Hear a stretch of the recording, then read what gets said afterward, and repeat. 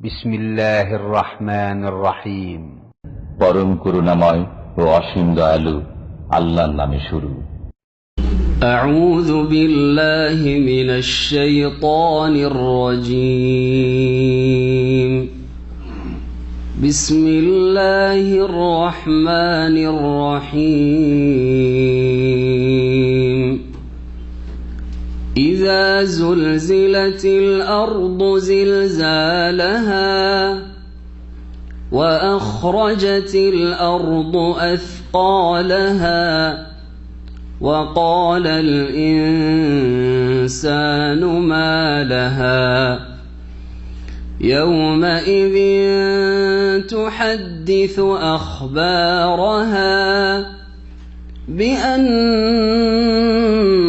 ربك أوحى لها يومئذ يصدر الناس أشتاتا ليروا أعمالهم فمن يعمل مثقال ذرة خيرا يره ومن يعمل مثقال ذرة شرا يره। السلام عليكم ورحمة الله وبركاته. إن الحمد لله نحمده ونستعينه ونستغفره ونعوذ بالله من شرور أنفسنا ومن سيئات أعمالنا من يهده الله فلا مضل له ومن يضلل فلا هادي له وأشهد أن لا إله إلا الله وحده لا شريك له وأشهد أن محمدا عبده ورسوله صلى الله تعالى عليه وعلى آله وصحبه وسلم تسليما كثيرا. أما بعد فأعوذ بالله من الشيطان الرجيم. بسم الله الرحمن الرحيم.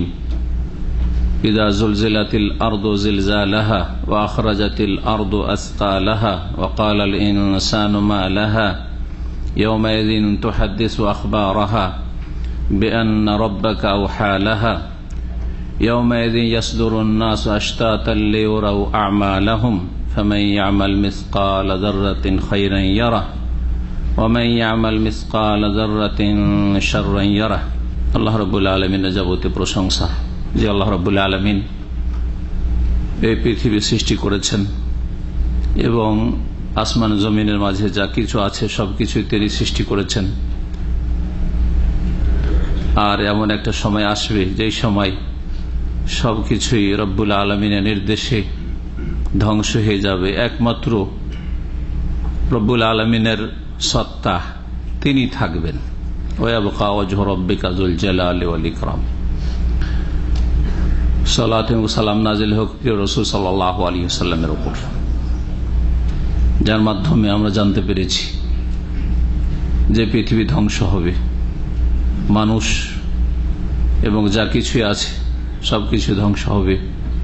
আর তারপরে মানুষ এবং জিনের জন্য বিচার দিবস কায়েম হবে এই পৃথিবী ধ্বংসের পরে, যেখানে সমস্ত মানুষের আমল সম্পর্কে তাদেরকে অবগত করা হবে, তার ফলাফল দেওয়া হবে এবং শেষ পরিণাম হয় স্থান পাবে জান্নাতে অথবা জাহান্নামে।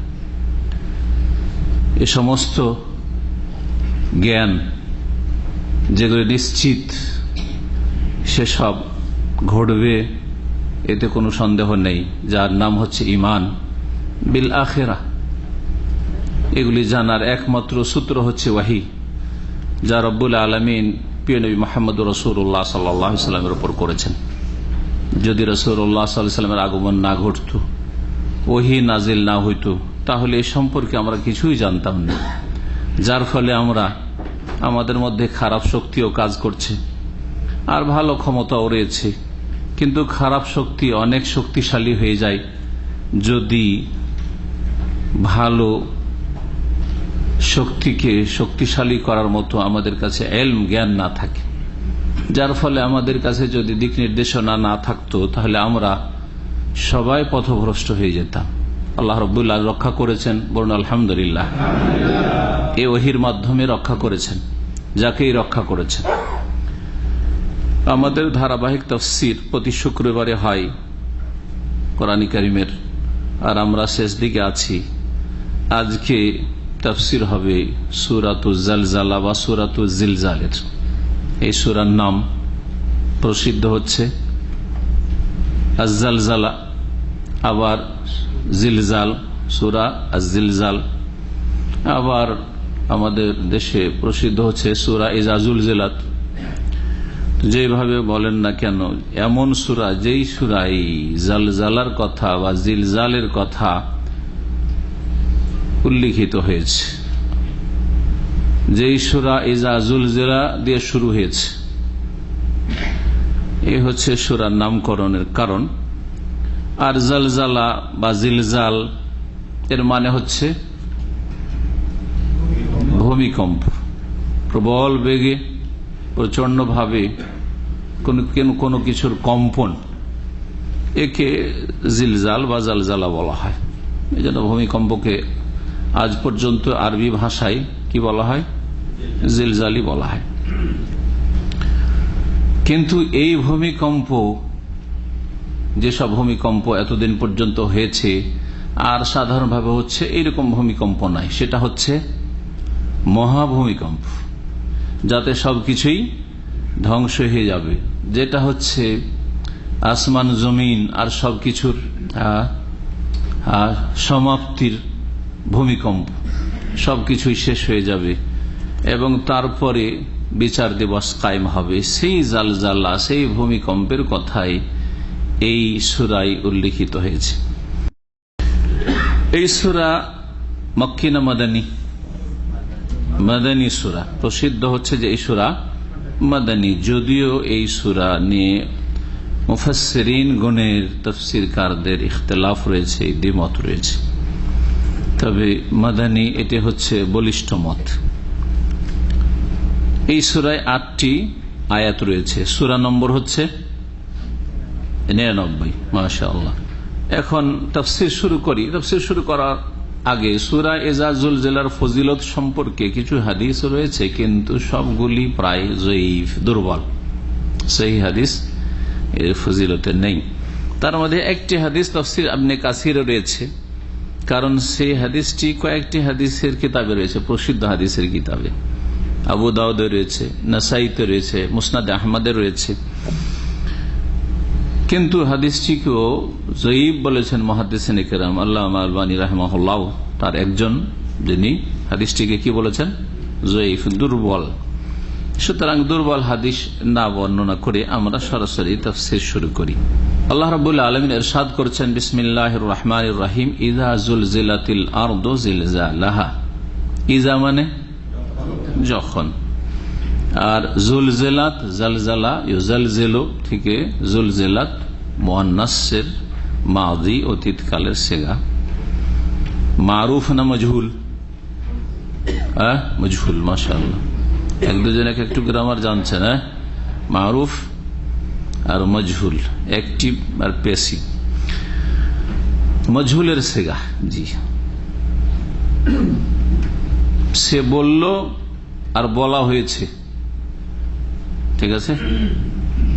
সে বলল আর বলা হয়েছে, দুটোই তো বলা, কিন্তু সে বলল এটা হচ্ছে মারুফ, মানে যেখানে যিনি বলেছেন তাকে জানা যাচ্ছে, মারুফ, পরিচিত, অমুক বলেছে। আর বলা হয়েছে, বলনেওয়ালা অজ্ঞাত হয়েছেন। মজহুল মানে অজ্ঞাত। যারা ফাইল কর্তা অজ্ঞাত থাকে, অজানা থাকে, সেটাকে মজহুলের সিগা বলা হয়। আর ফাইল কর্তা যদি জানা থাকে তাহলে মারুফ বলা হয়। যদিও যেখানে অজ্ঞাত করে বলা হয়েছে, অস্পষ্ট করে বলা হয়েছে, অনেক সময় আমরা আগে পরে বা বিষয়বস্তু থেকে আমরা উপলব্ধি করে নিচ্ছি যে এই কাজটির কর্তা কে। যেমন জমিন কি হবে? প্রকম্পিত হবে, ভূমিকম্প হবে, এটা করবেন কে? আল্লাহ। এটা আমরা জানছি, বিষয়বস্তু যেহেতু জানছি সেই জন্য, কিন্তু এখানে উল্লেখ করা হয়নি, তাই না? এই জন্য মজহুলের সিগা। জিলজালাহা ওর তাকিদের জন্য মাসদার নিয়ে আসা হয়েছে। তরজমা করি তাহলে আমরা, আল্লাহ রাব্বুল আলামিন ইরশাদ করেছেন, ইযা যুলজিলাতিল আরদু জিলজালাহা, যখন ভূমি আপন প্রকম্পনে প্রবলভাবে প্রকম্পিত হবে বা কাঁপানো হবে। জি হ্যাঁ, যখন জমিনকে তার কম্পনে কি করা হবে, প্রবলভাবে প্রচন্ডভাবে প্রকম্পিত করা হবে বা কাঁপানো হবে। জি হ্যাঁ, জমিন প্রবল বেগে কেঁপে উঠবে, ভয়ঙ্কর অবস্থা হবে। জি হ্যাঁ, এই জমিনের ভূমিকম্প আঞ্চলিক বা দু চারটা দেশ নিয়ে ভূমিকম্প নাই, সমস্ত জমিনে সারা পৃথিবীর এই হচ্ছে ভূমিকম্প, এবং এমন প্রবল বেগের হবে যেটা কি কোরআন কারীমের অন্য আয়াতে, এই আয়াতের তাফসীর করা হয়েছে এইভাবে। সূরাতুল হজ্জের প্রথম আয়াত কার মুখস্থ আছে? কি বলছেন আল্লাহ রাব্বুল আলামিন? জি, ইয়া আইয়ুহান নাস, হে মানব সকল, ইত্তাকু রাব্বাকুম, তোমাদের প্রতিপালককে ভয় করো, ইন্না জালজালাতাস সাআতি, নিশ্চয়ই কিয়ামতের যে মহা কি হবে, প্রকম্পন হবে, ভূমিকম্প হবে। জালজালাতুস সাআ, কিয়ামতের যে ভূমিকম্প হবে সেটা সাধারণ না, শাইউন আযীম। জি, বড় মারাত্মক বিষয় হবে, ভয়ঙ্কর বিষয় হবে, শাইউন আযীম। এমন মারাত্মক বিষয় হবে, ভয়ঙ্কর অবস্থা হবে যে ইয়াউমা তাযহালু কুল্লু মুরদিআতিন আম্মা আরদাত, স্তন্যদানকারিণী, যার ছোট শিশু 2-3 মাসে 2-4 দিনের বাচ্চা আছে, যদি দুধ পান না করাইতে পায় তো মানসিক দিক থেকে, শারীরিক দিক থেকে, সব দিক থেকে অস্থির হয়ে যাবে। সেই দুধ বহন করে থাকতে পারবে না, শারীরিক দিক থেকে দুধ পান করেইতে হবে, ঠিক না? জি হ্যাঁ, এমন নয় যে 2-4-6 মাস হয়ে গেছে, দুধ বন্ধ হয়ে গেছে, এখন না খেলেও চলে, অসুবিধা হয় না। আর তার সাথে এমন কোন মা আছে যে 2-4-10 দিনের বাচ্চাকে বা 2-4-6 মাসের বাচ্চাকে ভুলে যাবে, ভুলেই গেছে, দুধ পান করানো তো দূর কথা, ভুলে গেছে, ভুলবে? পৃথিবীতে এমন কোন মা নেই, কোন কাফের মাও পৃথিবীতে পাওয়া যাবে না, পাষণ্ড মাও এরকম পাওয়া যাবে না। ছেলে মেয়ের ক্ষেত্রে এত পাষণ্ড না যে দুধ পান করাবে না, ভুলে গেছে। কিন্তু এই কিয়ামতের যে ভয়ঙ্কর অবস্থা হবে তাতে জি ভুলে যাবে, জি গাফিল হয়ে যাবে, উদাসীন হয়ে যাবে। ওয়াতাদাউ কুল্লু যাতি হামলিন হামলাহা, আর প্রত্যেক গর্ভধারণকারিণী, জি তখন কি হাসরের মাঠে বিচার দিবসে এসে পেটে বাচ্চা থাকবে নাকি? থাকবে না। আর স্তন্যদানকারী শিশু থাকবে নাকি কোলে? হ্যাঁ, তাহলে যদি এইরকমটা হতো তাহলে এইরকম অবস্থা হইত আর কি।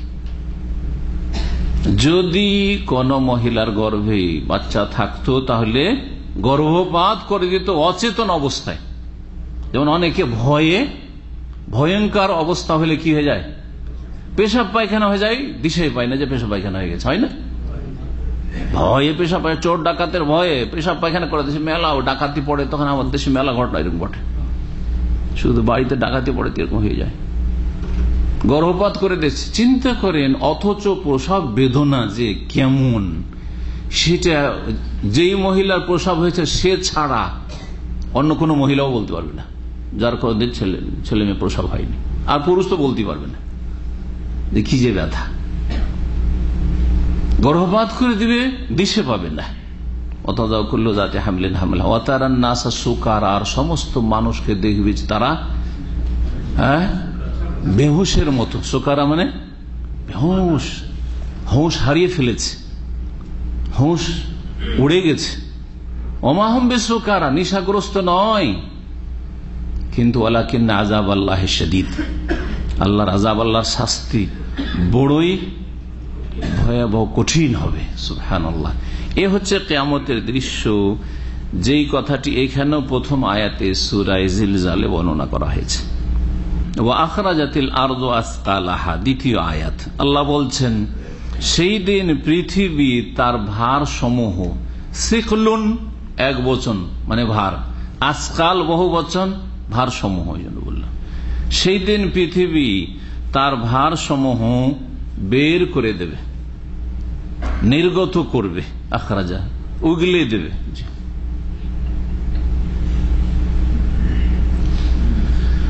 জমিন সেই দিন নিজের বোঝা, সহজ ভাষায় ভার বোঝা, বোঝা কি করে দেবে? বের করে দেবে। বোঝা বের করে দেবে। ভূগর্ভে যা কিছু আছে কি করে দেবে? বের করে দেবে। এখন ভূগর্ভে আছে কি আর বের করবে কি, এটা হচ্ছে জানার বিষয়। কি বলবেন আপনারা? জমিন সেই দিন নিজের বোঝা বের করে দিবে। সহজ ভাষায় কি বের করবে? একটা হচ্ছে মৃতদেরকে, এটা শুরু করে যেটা প্রথম বললেন আপনারা, কি বললেন? যত মৃত মারা গেছে মাটিতে তো আছে, দাফন হইলেও মাটিতে আছে, আর জ্বালিয়ে দেওয়া হইলেও মাটিতে আছে, আর পানিতে ডুবে গেলে যেখানে কোথাও হারিয়ে গেছে, নিখোঁজ হয়েছে, তাও তো মাটিতেই আছে, তাই না? ওখান থেকে তো বেরিয়ে আসবে। তো ভূগর্ভে যত মৃত আছে সবকে কি করে দিবে? ওগুলো ফেলে দিবে, বাইরে বের করে ফেলে দিবে, জমিন বের করে দেব। জমিনের ভার হচ্ছে তাহলে আল মওতা, মৃতরা, একটি তাফসীর। দ্বিতীয় হচ্ছে কনুজ, যত খনিজ সম্পদ আছে, সেই খনিজ সম্পদ, খনিজ পদার্থ হোক অথবা পুঁতে রাখা ধন সম্পদ। এক যুগে যখন ব্যাংকিং সিস্টেম ছিল না, আর স্বর্ণ চাঁদির টাকা পয়সা সুরক্ষিত করার জন্য কি করতো মানুষ? পুঁতে কত যে সম্পদ মাটির তলায় রয়েছে সব বের করে দেবে। সব কি করবে? বের করে দেবে। এটা একটা তাফসীর। দুটি তাফসীর প্রসিদ্ধ তাফসীর কিতাবে। তৃতীয় তাফসীরও কোন কোন তাফসীর কারগণ করেছেন, তা হচ্ছে ভূগর্ভে যা কিছু আছে বা ভূপৃষ্ঠে, এতক্ষণ ভূগর্ভের কথা আলোচনা চলছিল, ভূপৃষ্ঠের কথা বলে, মানে জমিনের ওপরে। জমিনের পরে যত কিছু ঘটেছে, যা ঘটেছে জমিনে ঘটেছে, হ্যাঁ, যা কিছু ঘটছে বা ঘটেছে, ভালো কাজ হোক আর মন্দ কাজ হোক, শিরিক হোক, কুফরি হোক, আর বেদাত হোক, আর চুরি ডাকাতি হোক, আর খুন হোক, আর জেনা হোক, হ্যাঁ, যে কোন রকমের অপরাধ হোক না কেন, সবকিছু তো জমিনের উপরে ঘটছে, তাই না? তো এইগুলিকে বের করে দেবে। কি করে দেবে? বের করে দেবে, জি, মানে প্রকাশ করে দেবে। জমিন সাক্ষী দেবে, আপনি ভালো কাজ করেছেন, কোন জায়গায় সালাত আদায় করেছেন, জি হ্যাঁ, নেক কাজ করেছেন, দিন শিখেছেন, দিনের প্রচার প্রসার করেছেন, হ্যাঁ, মানুষের উপকার করেছেন, প্রকাশ করবে। আর এর বিপরীত যত পাপ এই জমিনের ওপর হয়েছে, জমিন সব প্রকাশ করে দেবে। জি হ্যাঁ, এটাও কেউ কেউ বলে, যদিও এই বিষয়টি বিস্তারিত আসছে, ইয়াউমাইদিন তুহাদ্দিসু আখবারাহা, এই বিষয়টি আসছে একেবারে স্পষ্ট ভাবে। জি, তো আখরাজাতিল আরদু আসকালাহা, এই হইল, এই মর্মে হাদিস রয়েছে। হাদিসটি আপনাদেরকে শোনাই, তাহলে আরো স্পষ্ট হবে। হাদিসটি কোন অর্থের দিকে নিয়ে যায় সেটা আপনারা তখন বুঝবেন। সহিহ মুসলিমে হাদিস রয়েছে, ইবনে কাসির রাহমাতুল্লাহ আলাইহি বলছেন যে রাওয়া মুসলিমুন ফি সাহিহি আন আবি হুরায়রা রাদিয়াল্লাহু আনহু قال قال রাসূলুল্লাহ সাল্লাল্লাহু আলাইহি ওয়াসাল্লাম। ইমাম মুসলিম রাহমাতুল্লাহ আলাইহি তার সহিহ কিতাবে বর্ণনা করেছেন আবু হুরায়রা রাদিয়াল্লাহু তাআলা আনহু থেকে, রাসূলুল্লাহ সাল্লাল্লাহু আলাইহি ওয়াসাল্লাম বলেন, তাকিউল আরদু আফলাজা কাবিদিহা, জমিন বা পৃথিবী তার কলিজার টুকরাকে বমি করে দেবে। বমি করলে যেমন বের করে দিয়ে আমার বমি নির্গত হয়, ঠিক তেমনি জমি কি করবে? নিজের কলিজার টুকরা, কাবেদ কলিজা, আর আফলাজ, ফালাজাতুন মানে হচ্ছে টুকরো, জি হ্যাঁ, কলিজার টুকরাকে, জমিনের কলিজার টুকরা মানে জমিনের ভিতরে যে মূল্যবান জিনিস, যেমন কলিজা আমার শরীর, আপনার শরীরে সবচেয়ে মূল্যবান লিভার, জি, জমিন কলিজার টুকরাগুলি কি কি করবে? তাকিও মানে বমি করে দিবে, নির্গত করবে। কেমন? অল্প স্বল্প নয়, বলছে আমসাল আল উস্তুয়ানি মিনাল যাহাব ওয়াল ফিদ্দাহ, সেগুলি হবে বড় বড় পিলারের মতো, খাম্বার মতো বা টাওয়ারের মতো, বিশাল বিশাল আকারে। আর তা কিসের? মিনাল যাহাবে, স্বর্ণ, ওয়াল ফিদ্দার, চাঁদির। জমিনের ভিতরে যত স্বর্ণ রয়েছে, চাঁদি রয়েছে, এইসব মূল্যবান যে খনিজ পদার্থগুলি রয়েছে, সবকে কি করবে? বিশাল বিশাল পাহাড়ের মতো বের করে দেবে। এমন সময় বের করছে যেই সময় আর স্বর্ণ চাঁদি নিয়ে লাভ নাই, সবাই বুঝতে পেরেছে। সময় থাকলে তো কাজ হয়েই যেত, জি হ্যাঁ, কিন্তু আর সময় নেই। সুবহানাল্লাহ। মানুষ দেখছে অঢেল স্বর্ণ আর চাঁদি, পাহাড় পাহাড়, কিন্তু নিয়ে করব কি? কারণ কিয়ামত হয়ে গেছে, এই মহা প্রকম্পন শুরু হয়ে গেছে, ধ্বংস পৃথিবী, আর কয়েক মিনিটে সব শেষ। জি হ্যাঁ, ফায়াজিউল কাতিল, সেই সময় খুনি আসবে, যে খুনি বেঁচে আছে। ফায়াকুল ফি হাযা কাতালতু, এই স্বর্ণ চাঁদি কয় পয়সার স্বর্ণের জন্য ছিনতাই করতে গিয়ে, হ্যাঁ, অথবা ডাকাতি করতে গিয়ে, হ্যাঁ, আর কিছু করতে গিয়ে, বেঈমানি করতে গিয়ে, কয় পয়সার চাঁদির জন্য মানুষকে খুন করেছি। ফি হাযা কাতালতু, এই স্বর্ণ চাঁদির জন্য আমি খুন করেছি। ওয়াজিউল কাতিউ, আর আত্মীয়তার সম্পর্ক বিচ্ছিন্নকারী, জি, ভাই বোনে কথা বলে না, কি নিয়ে? মায়ের স্বর্ণ নিয়ে ঝগড়া, অলংকার নিয়ে ঝগড়া, জমি জায়গা নিয়ে ঝগড়া, বাপের টাকা পয়সা নিয়ে ঝগড়া, ব্যাংক ব্যালেন্স নিয়ে ঝগড়া, বোনকে দিতে চাই না, এক ভাই আরেক ভাইকে বঞ্চিত করেছে, এই নিয়ে ঝগড়া, এই সব করেছে। এই আত্মীয়তার সম্পর্ক বিচ্ছিন্ন করেছে এই টাকা পয়সা নিয়ে। বলবে ফায়াকুল, বল ফি হাযা কাতাতু রাহিমি, এই স্বর্ণ আর চাঁদির জন্য এক সময় আমি আত্মীয়দের সাথে সম্পর্ক ছেদ করেছি, খারাপ সম্পর্ক করেছি, কোন যোগাযোগ রাখি না। ওয়াজিউ সারিক, চোর আসবে। ফায়াকুল, বল ফি হাযা কুতিয়াতি ইয়াদি, এই স্বর্ণ চাঁদি চুরি করতে গিয়ে মানুষের বাড়ি ধরা খেয়েছি, আর আমার হাত কাটা গেছে, হাত গেছে আমার, আর আজকে স্বর্ণ চাঁদি এত, কিন্তু নেওয়ার আর সুযোগ নেই, কাজে লাগাবার কোন সুযোগ নেই, শেষ। সুম্মা ইয়াদাউনাহু, তারপরে চোখের সামনে এত স্বর্ণের পাহাড় আর চাঁদির পাহাড় দেখবে, ফালা ইয়াখুযুনা মিনহু শাইআ, কেউ তা থেকে কিঞ্চিত পরিমাণও নেবে না। করবো কি নি, কেউ নেবে না। এই ছিল হাদিস। এই হাদিস কোন দিকে নিয়ে যায়? ওয়াখরাজাতিল আরযু আসকালাহার তাফসীর, জমিন নিজের ভারসমূহ কি করবে? বের করে দিবে। তার ভারসমূহ কি? খনিজ সম্পদ, যেসব মূল্যবান সম্পদ রয়েছে, খনিজ সম্পদ বের করবে। যদি যখন বের করবে সেই সময়টাই কি হবে, আর মৃতদেরকে বের করবে তখন কি হবে, এই বিষয়গুলি জানা রয়েছে। দৃশ্যটা হচ্ছে কিসের? কিয়ামতের, মানে কিয়ামত হতে যাচ্ছে। কিয়ামত যখন হবে সেই সময় সিংহায় ফুঁক দেওয়া হবে, জানা আছে তাই না? কয়টি ফুঁক দেওয়া হবে?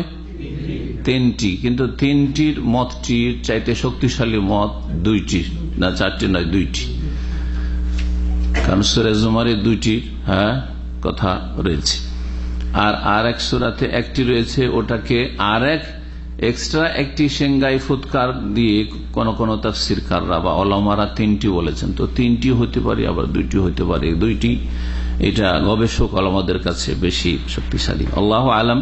যাই হোক, প্রথম সিংহায় যখন ফুঁক দেওয়া হবে তখন কি হবে? তখন মৃতরা বেরিয়ে আসবে, মানে জীবিত হয়ে উঠে আসবে, নাকি খনিজ সম্পদ বের করে দেবে? খনিজ সম্পদ বের করে দিবে। তো খনিজ সম্পদ যেই সময় আখরাজাতিল আরযু আসকালাহার তাফসীর যদি বলেন খনিজ সম্পদ বের করে দিবে, বোঝা এটা কখন? ইনদান নাফাকাতিল উলা, প্রথম সিংহায় ইসরাফিল আলাইহিস সালামের ফুঁক দেওয়ার সময়।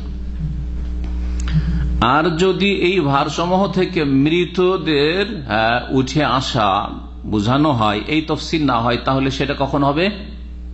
কারণ প্রথম সিংহায় ফুঁক দেওয়ার সময় কি হয়? ওটা তো হবে, কিন্তু মানুষের ক্ষেত্রে আল্লাহ বলেছেন যে জি, ফাসাইকা মান ফিস সামাওয়াতি ওয়া মান ফিল আরদি ইল্লা মান শাআল্লাহ, আকাশ এবং জমিনে যে কেউ আছে, মানুষ, জিন, ফেরেশতা, সব কি হয়ে যাবে? ফাসাইকা, বেহুশ হয়ে যাবে, মানে মারা যাবে। বেহুশে প্রথম বেহুশ হবে, তারপর মারা যাবে। এটা প্রথম সিংহার ফুৎকারে সুম্মা নফিখা ফিহি উখরা, তারপরে দ্বিতীয়বার ফুঁক দেওয়া হবে। ফাইযা হুম কিয়ামুন ইয়ানজুরুন, তখন সমস্ত মানুষ দণ্ডায়মান হবে আর এদিক সেদিক তাকাবে, কি হচ্ছে, কি করতে হবে, কোথায় কি হচ্ছে। কিয়ামুন ইয়ানজুরুনের তাফসীর হচ্ছে ওয়াকাল আল ইনসানু মা লাহা, এই আয়াতে উল্লেখ করা হয়েছে।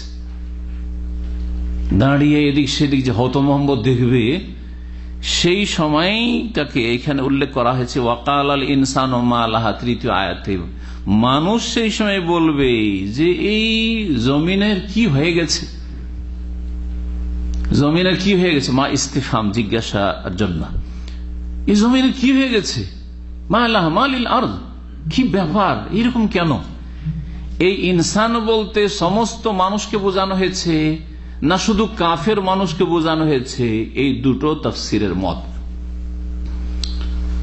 যদি মুসলিমদের ক্ষেত্রে, মমিনদের ক্ষেত্রে বলেন যে মমিনরাও বলবে কাফেরদের মতোই যে জমিনের কি হয়ে গেছে, তো মমিনরা কি জানে না যে এতদিন মারা যাওয়ার পরে ছিলাম, এখন আমাদেরকে জীবিত করা হয়েছে, মানে কোথায় যেতে হবে এটা জানা নাই তাদের, অলরেডি তো জানা আছে তাদের, এটা তো জানা আছে। এই যুক্তিকে সামনে রেখে একদল বলছেন ওয়াকাল আল ইনসান, মানে আল ইনসান আল কাফির, ওয়াকাল আল ইনসান মানে এখানে কাফের মানুষ বলবে, কারণ কাফের মানুষ তো বিশ্বাসী ছিল না পরকালে, তাই না, পুনরুত্থান বিশ্বাসই করতো না যে মরার পরে উঠে আসবে, আরে এইগুলো বাজে কথা, এইগুলো আগের যুগের কথা, এইসব আমি ধর্মকর্ম বিশ্বাস করি না, আমি পরকাল বিশ্বাস করি না, মানুষ মরে যাবে আবার কিভাবে উঠবে, তাই না। জামাল্লাযীনা কাফারু আল্লা ইউবআসু, জি, কাফেরদের ধারণা যে তাদের পুনরুত্থান হবে না। বালা, অবশ্যই অবশ্যই, আল্লাহ বলছেন বালা ও রব্বি, আল্লাহ নিজে বলছেন, হ্যাঁ বালা, হে নবী তুমি বল, ও রব্বি, আমার রবের কসম, লাতুবআসুন্না, অবশ্যই তোমরা পুনরুত্থিত হবে, সুম্মা লাতুনাব্বাউন্না বিমা আমিলতুম, আর যা কিছু তোমরা কর্ম করেছো সেই সম্পর্কে তোমাদেরকে অবগত করা হবে, জানানো হবে। ওয়া যালিকা আলাল্লাহি ইয়াসীর, আল্লাহর জন্য এটা সহজ। ওয়াকাল আল ইনসানু মা লাহা, তাহলে কাফের মানুষ বলবে অবাক হয়ে, কারণ ধারণা ছিল না, বিশ্বাস ছিল না, আর বিশ্বাস ছিল না এমন কিছু দেখছে, সুতরাং বলবে আরে কি হয়েছে, ব্যাপারটা কি। জি, আর কেউ কেউ বলেছেন না, মুসলিমরাও বলবে, কিন্তু সেটা অবাক হয়ে নয়, অবাক হয়ে নয় বলবে, এটাও কেউ কেউ বলেছেন। ওয়াকাল আল ইনসানু মা লাহা, এই জমিনের কি হয়েছে, মানে এখন আমাদের যে কি অবস্থা হবে, কি হতে যাচ্ছে, কিন্তু তাদের বিশ্বাস আছে। ইয়াউমাইযিন তুহাদ্দিসু আখবারাহা, সেই দিন পৃথিবী তার সংবাদগুলি, খবরগুলি, আখবার খবরের বহুবচন, পৃথিবী তার সংবাদগুলি, খবরগুলি, তার বৃত্তান্ত কি করবে, বর্ণনা করবে। হাদ্দাসা ইউহাদ্দিসু মানে বর্ণনা করা, জমিন নিজেই বর্ণনা করবে তার বৃত্তান্ত। জি, যা কিছু বৃত্তান্ত হয়েছে, ঘটেছে, যা সংগঠিত হয়েছে এই জমিনের ওপর, সব কিছু বলে দেবে এই জমিন। এইগুলি হচ্ছে জমিনের সংবাদ। এই মর্মে একটি হাদিস রয়েছে প্রিয় নবী মুহাম্মদ রাসূলুল্লাহ সাল্লাল্লাহু আলাইহি ওয়াসাল্লামের তিরমিজিতে এবং মুসনাদ আহমদের নাসাইতে। হাদিসটি ইমাম ইবনে কাসির রাহমাতুল্লাহ উল্লেখ করেছেন। আবু হুরায়রা রাদিয়াল্লাহু তাআলা আনহু বর্ণিত, বলছেন কারা রাসূলুল্লাহ সাল্লাল্লাহু আলাইহি হাযিহিল আয়া, রাসূলুল্লাহ এই আয়াত পাঠ করলেন, ইয়াউমাইযিন তুহাদ্দিসু আখবারহা, যেই দিন মানুষ না, ইয়াউমাইযিন তুহাদ্দিসু, কে তুহাদ্দিসুল আরদ, জি জমিন, যেই দিন পৃথিবী কি করবে, বর্ণনা করে দেবে, আখবারহা নিজের বৃত্তান্ত। কালা বললেন রাসূলুল্লাহ, আতাদুরুনা মা আখবারুহা, তোমরা কি জানো যে এই জমিনের খবরগুলি কি, এই পৃথিবীর সংবাদ বা কি। কালু, তখন সাহাবীরা বললেন আল্লাহু ওয়া রাসূলুহু আলাম, আল্লাহ এবং তার রাসূল সাল্লাল্লাহু আলাইহি সাল্লাম ভালো জানেন, বেশি জানেন। কালা, তখন রাসূলুল্লাহ বললেন ফাইন্না আখবারাহা আন তাশহাদা আলা কুল্লি আবদিন আও আমাতিন বিমা আমিলা আলা যাহরিহা, বলছেন যে এই জমিনের পৃথিবীর খবরগুলি হচ্ছে, সংবাদগুলি হচ্ছে যে জমিন সাক্ষী দেবে প্রত্যেক বান্দা বান্দির পক্ষে এবং বিপক্ষে, বান্দা বান্দির ক্ষেত্রে। আর এই সাক্ষী পক্ষে হয় আর বিপক্ষে হয়। পক্ষে সাক্ষী দিলে তো ভালোই, সৌভাগ্য, এটা সৎকর্মশীল ভালো মানুষদের জন্য। কিন্তু বিপক্ষে সাক্ষী হবে অধিকাংশ মানুষের, কারণ অধিকাংশ মানুষ হচ্ছে অবাধ্য, কাফের, অসৎ, নাফরমান, বিরুদ্ধাচরণকারী, হয় কাফের নাই ফাসেক আর পাপিষ্ট। সুতরাং পাপিষ্টদের বিরুদ্ধে, আর সাধারণত আলা শব্দটি বিপক্ষে সাক্ষী দেওয়ার ক্ষেত্রে আসে, শব্দটি হাদিসে আলা বলে ব্যবহৃত হয়েছে, কিন্তু আমাদের কাছে অন্যান্য হাদিস এই মর্মে রয়েছে যে নেক ব্যক্তিরা যেসব জায়গায় ভালো কাজ করেছে সেই জায়গাগুলি তাদের পক্ষেও সাক্ষী দেবে। এই জন্য এইখানে দুই রকমেরই সাক্ষীর কথা যেন রয়েছে। প্রত্যেক আল্লাহর বান্দা বান্দি সম্পর্কে সাক্ষী দেবে এই জমিন, বেমা আমেল আলা জাহারিহা, যে ভূপৃষ্ঠে কি কাজকর্ম করেছে, কি কর্মকাণ্ডে জড়িয়েছিল তারা, ভালো করেছে না মন্দ করেছে, পাপ করেছে তো কোন পাপ করেছে। হ্যাঁ, আপনি লুকিয়ে রেখেছেন, আল্লাহ ঢেকে রেখেছেন, অপদস্থ হননি, লাঞ্ছিত হননি, কিন্তু সেই দিন সব উন্মোচিত হয়ে যাবে। আন্তাকুল, এই জমিন বলবে, আমেলা কাজা ওয়া কাজা ইয়াউমা কাজা ওয়া কাজা, অমুক দিন এইরকম আমল করেছে, এইরকম কাজ করেছে, এইরকম অসৎ কাজ করেছে, এইরকম পাপ করেছে, এইরকম পাপ করেছে অমুক তারিখে অমুক তারিখে। ফাহাযিহি আখবারুহা, এগুলি হচ্ছে জমিনের বৃত্তান্ত বা খবর সমূহ। এ হচ্ছে ইয়াউমাইযিন তুহাদ্দিসু আখবারাহা। জি, জমিন কি করবে? নিজের বৃত্তান্ত বর্ণনা করবে। এটা কখন বর্ণনা করবে? দ্বিতীয় বার সিংহায় ফুৎকারের পরে। প্রশ্ন উঠে যে জমিনের কি গরজ হয়েছে যে জমিন বলতে লাগবে? হ্যাঁ, কি গরজ হয়েছে জমিনের যে জমিন বলতে লাগবে? যেই জমিন আপনার ছিল, যেই বাড়ি ভিটে মাটি আপনার ছিল, যেই বিল্ডিং আপনার ছিল, সে আপনার পয়সা দিয়ে কিনেছেন, আপনার বিরুদ্ধে সাক্ষী দেবে। যেখানে রাত দিন থেকেছেন আপনি, সেই জায়গাগুলি আপনার বিরুদ্ধে সাক্ষী দেবে। কেন? কেন? উত্তর আল্লাহ দিচ্ছেন নিজেই। বেআন্না রব্বাকা আওহা লাহা, কারণ বেআন্না, কারণ বর্ণনা করার জন্য। কারণ হে নবী মুহাম্মদ সাল্লাল্লাহু আলাইহি ওয়াসাল্লাম, হে মুসলিম, হে মানুষ, তোমার প্রতিপালক জমিনকে ওহী করেছে, নির্দেশ দিয়েছে যে কথা বলতে হবে, তো সব বর্ণনা করতে হবে যা কিছু ঘটেছে তোর উপর। এবং যেমন জমিন সাক্ষী দেবে, তেমনি ওই ব্যক্তির, প্রত্যেক ব্যক্তির যত অঙ্গ প্রত্যঙ্গ রয়েছে সবকিছুই সাক্ষী দেবে। কোনটা কথা বলবে, কোনটা হ্যাঁ হ্যাঁ করে সাপোর্ট করবে, এসব কথা কোরআনে কারিমে বিভিন্ন আয়াত রয়েছে, সূরা ইয়াসিনে রয়েছে, অন্যান্য আরো সূরাগুলিতে রয়েছে। জি, সূরা ফুসসালে রয়েছে। জি, আল-ইয়াওমা নাখতিমু আলা আফওয়াহিহিম ওয়া তুকাল্লিমুনা আইদিহিম ওয়া তাশহাদু আরজুলুহুম বিমা কানু ইয়াকসিবুন। বেআন্না রব্বাকা আওহা লাহা, এই আওহা লাহা, আওহার সেলা, যেটাকে ইংরেজি গ্রামারে প্রিপজিশন বলা হয়, আওহা ইলাইহা হয়। যেমন আল্লাহ রাব্বুল আলামিন মৌমাছি সম্পর্কে বলছেন, ওয়া আওহা রব্বুকা ইলান নাহলে, এলা আসে, কিন্তু এখানে লাম এসছে। সাধারণত লাম আসে না এর সেলায়। জি হ্যাঁ, লাম হাফেজার কেন আসলো? এর তাফসিরে ইমাম বুখারী রাহমাতুল্লাহ আলাইহির একটি উক্তি রয়েছে যা এখানে বর্ণনা করেছেন তিনি। কাল আল বুখারী, ইমাম বুখারী রাহমাতুল্লাহ বলছেন, আওহা লাহা ওয়া আওহা ইলাইহা ওয়া ওয়াহিয়া লাহা ওয়া ওয়াহিয়া ইলাইহা ওয়াহিদুন।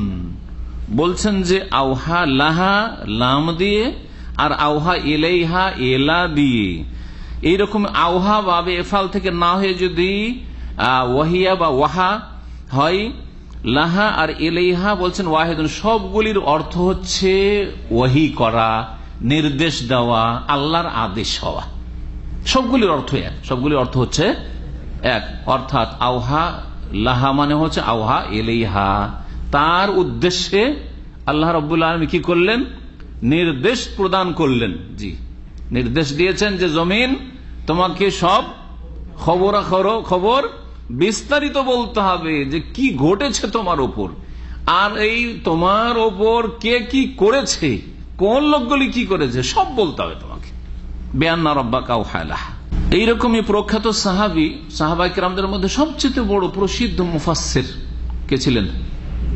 আব্দুল্লাহ বিন আব্বাস রাদিয়াল্লাহু তাআলা আনহুমা। তিনি বলছেন কাল আব্বাস ইবনে আব্বাস রাদিয়াল্লাহু আনহু আওহা লাহা আই আওহা ইলাইহা। আওহা লাহা মানে হচ্ছে আওহা ইলাইহা।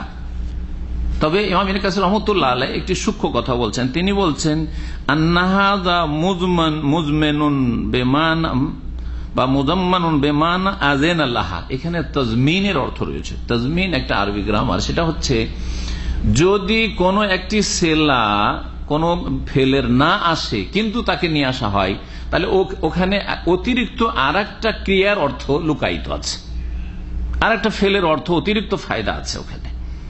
সেটা কি? সেটা হচ্ছে এইরকম বলছেন যে এর মানে হচ্ছে বেমান আযেনা লাহা, আল্লাহ তাকে অনুমতি দিয়েছেন কথা বলার, অনুমতি দিয়েছেন। অর্থাৎ এরকম যে বিআন্না রাব্বাকা আওহা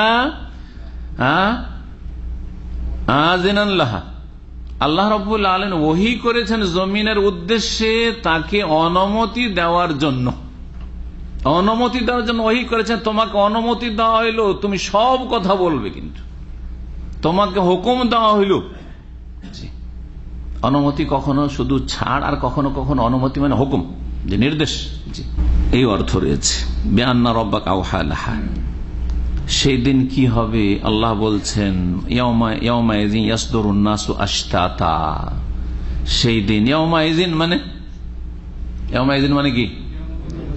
ইয়াউম মানে দিন, আর যখন ওতে এজিন হইল ইয়াউমাইযিন মানে ইয়াউমাইয কানা কাযা, এইভাবে আছে যে দিন এমনটা হবে সেই দিন।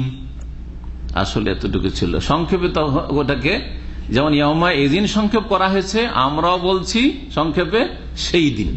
তাহলে বুঝে নিলাম ইয়াউমাইযিন মানে হচ্ছে সেই দিন। ইয়াসদুরু সাদারা ইয়াসদুরু, সাদারা ইয়াসদুরু মানে না ফিরে আসা। সাদারা ইয়াসদুরু মানে ফিরে আসা হয়। সাদারা ইয়াসদুরু মানে হচ্ছে বের হয়ে আসা হয়, আসাও হয় আর আসার পরে ফিরে যাওয়া হয়। আসাও হয় আর আসার পরে ফিরে যাওয়া হয়, দুটোই আমরা করি। এই যে এখন এসেছি, আসার পর আবার ইসলামী সেন্টারে আমরা ফিরে যাব, দুটোকে সাদারা ইয়াসদুরু বলা হয়। কোন কোন হাদিসে এই অর্থ রয়েছে, কোন ক্ষেত্রে ওই অর্থ রয়েছে সাদারা। আরবরা সাদারা শব্দটি বলে পানের ঘাটে পশু, গবাদি পশুকে, উটকে বা বকরি ছাগলকে নামাইলো, আর নামার পরে পানি পান করলো, আর তারপরে তখন ওগুলো যে বাড়িতে ফিরে আসলো, এটাকে সাদারা ইয়াসদুরু বলে। জি, তাহলে ফিরে আসার অর্থে আসলে ব্যবহার করে ওরা। এখানে দুটোই অর্থ করা যেতে পারে। দুটো অর্থ করলে দুই রকমের তাফসীর হবে, একটু পার্থক্যের সাথে। আন্নাস ইনসানুনের বহু বচন ওনাস, আনাসি, আর কেউ বলছেন নাসটাও বহু বচন, আর কেউ বলেছেন যে বহু বচন নয়, জমা নয়, ইসমে জামা, আরবি গ্রামার। কিন্তু বহু বচনের অর্থ রয়েছে। বহু বচনের ইনসান একজন মানুষ, আর নাস হচ্ছে অনেক মানুষ। আশতাত সাতাতের বহু বচন, আশতাত হচ্ছে সাতাতের বহু বচন। আশতাত মানে দলে দলে, জি দলে দলে।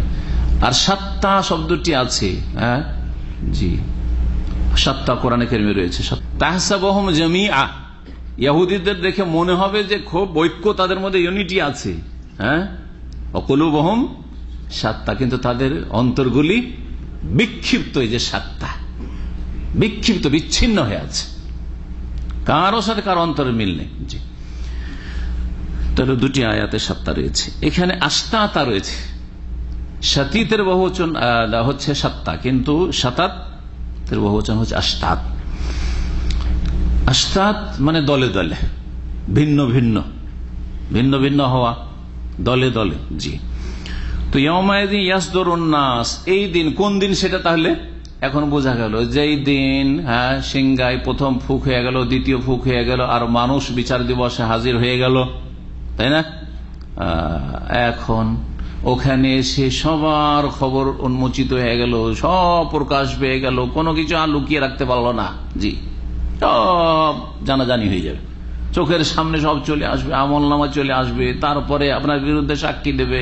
আপনি যদি লুকাবার চেষ্টা করেন তো লুকাইতে পারবেন না। হ্যাঁ, সবকিছু লা তাখফা মিনকুম খাফিয়া, কোনো কিছু গোপন থাকবে না।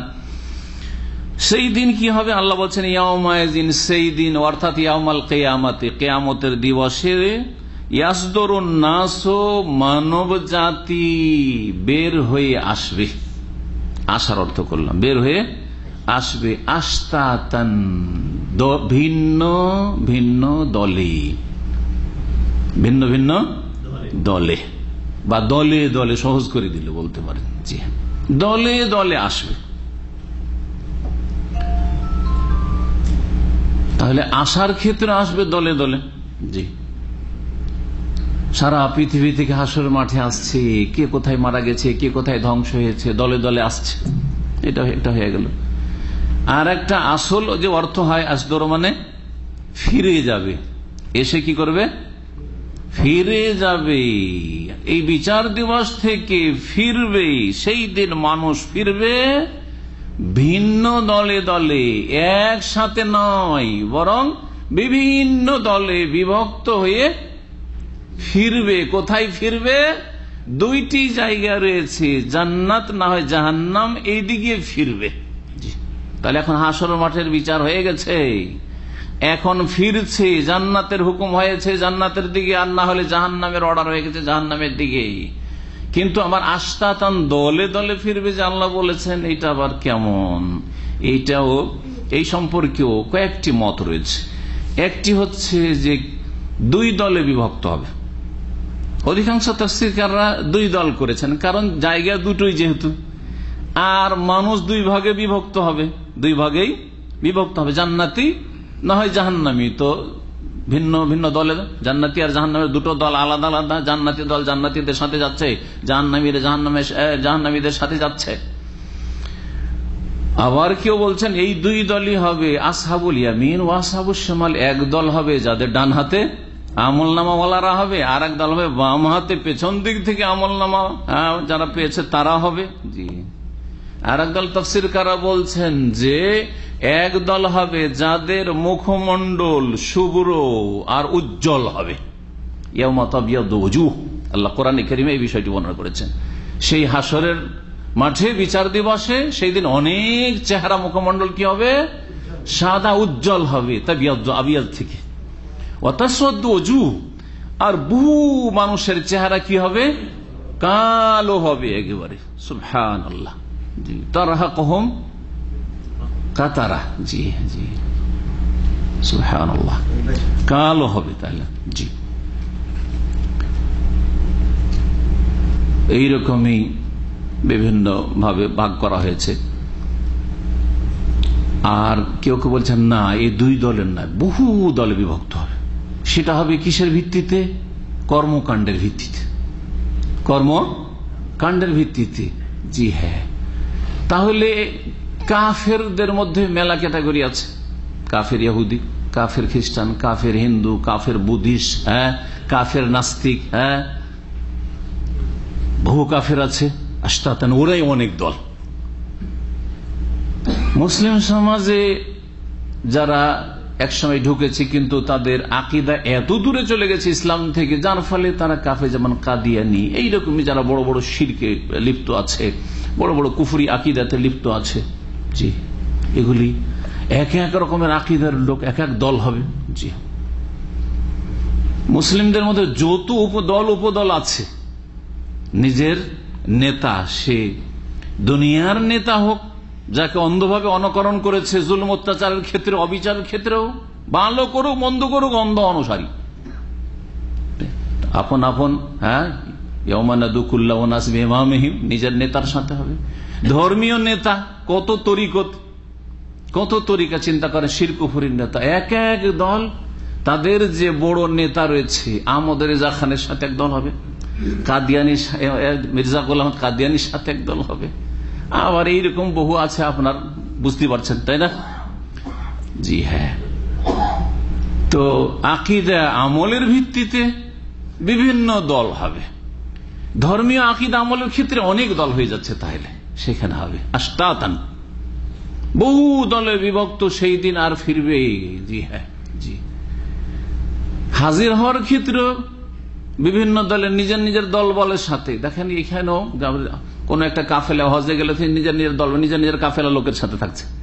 তো ওইখানেও দুনিয়াতে যাদের সাথে ভক্তি ছিল তাদের সাথে হবে, ওখানে হাজির হয়েছে। আল্লাহ হাজির করে ওইভাবে জাহান্নামের দিকে নিয়ে যাবেন। তো যে বড় তাদের ধর্মীয় নেতা আছে, গোমরাহ করেছে, তার সাথে জি তারা হবে। আর তারা পেছন থেকে বলবে, রব্বানা ইন্না আতানা সাদাতানা ওয়া কুবারানা ফাদাল্লুনা সাবিল। আল্লাহ, ইন্না আতানা সাদাতানা, আমাদের বড় বড় নেতাদের কথা মেনেছিলাম, ওয়া কুবারানা, আমাদের বুজুর্গানের দিনের অন্ধ অনুসরণ করেছিলাম, তাদের কথা মেনেছিলাম, কিন্তু তারা তো সঠিক রাস্তা দেখায়নি। ফাদাল্লুনা সাবিল, আমাদেরকে তো পথভ্রষ্ট করেছে।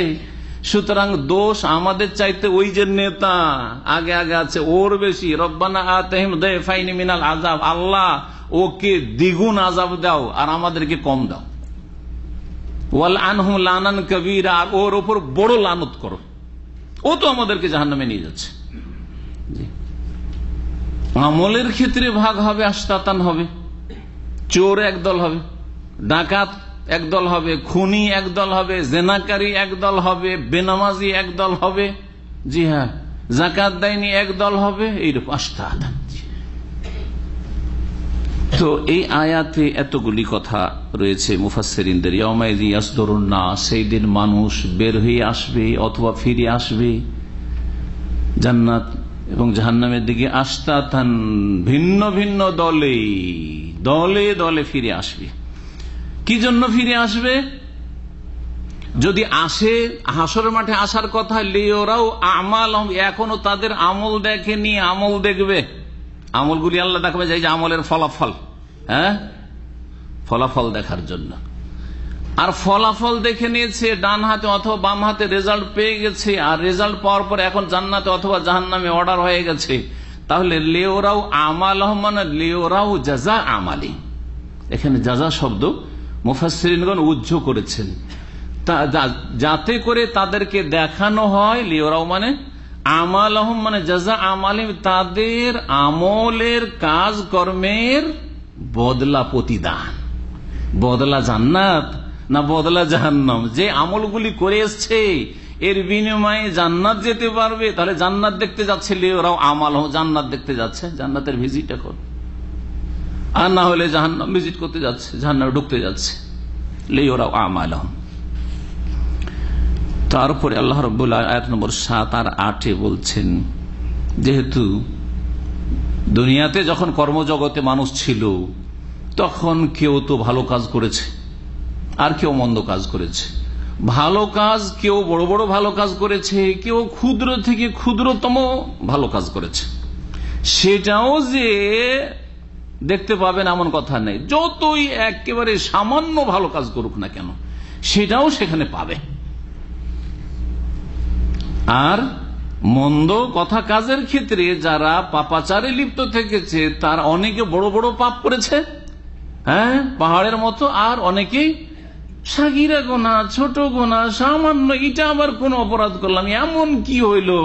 আজকালকার জামানায় যদি আপনার এই প্রচার মাধ্যমে যদি খবরই না দেখবো, খবরই না শুনবো, তো কি শুনবো? মহিলার রাত দিন খবর দেখেছে, তুচ্ছ মনে করেছে। আরে ফেসবুকে মহিলা তো আসবেই, না দেখবো তো কি, তাহলে ফেসবুক দেখবো না? পত্র পত্রিকাতে মহিলাদের ছবি, তাহলে কি, তাহলে পত্র পত্রিকা পড়াই বাদ দিব? হ্যাঁ, ছোট মনে করেছে, তুচ্ছ মনে করেছে, গুনাহকে ছোট মনে করে অহরহ গুনাহ করতে থেকেছে। তাও দেখতে পাবে, তাও দেখতে পাবে, সুবহানাল্লাহ। তাই